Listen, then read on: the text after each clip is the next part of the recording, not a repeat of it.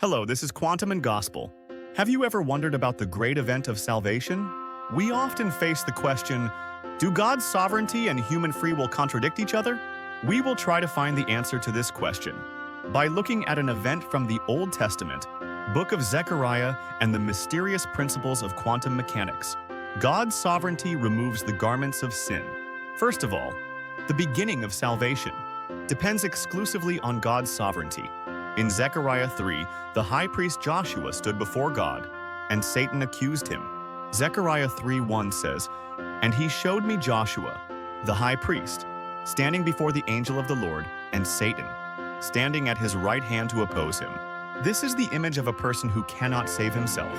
God describes him as a brand plucked from the fire. But God did not abandon him.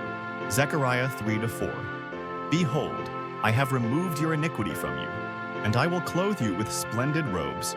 God removed the filthy garments of sin and restored his status. This happened not because of our actions, but only by God's grace. Salvation as collaboration through the lens of quantum mechanics. Let's take a moment to look at quantum mechanics. Matter exists in a state of superposition, as both a wave and a particle. This is a state of infinite potential. This wave, at the moment of observation, collapses into a specific particle and becomes reality.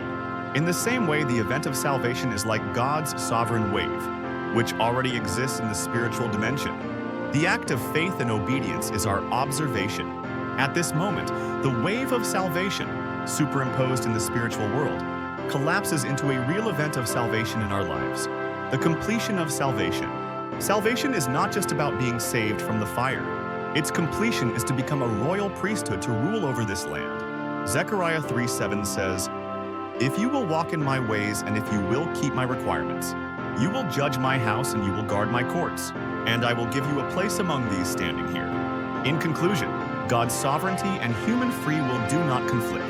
On the contrary, like the duality of quantum mechanics, they form an ideal collaboration that makes the history of salvation a reality in our lives.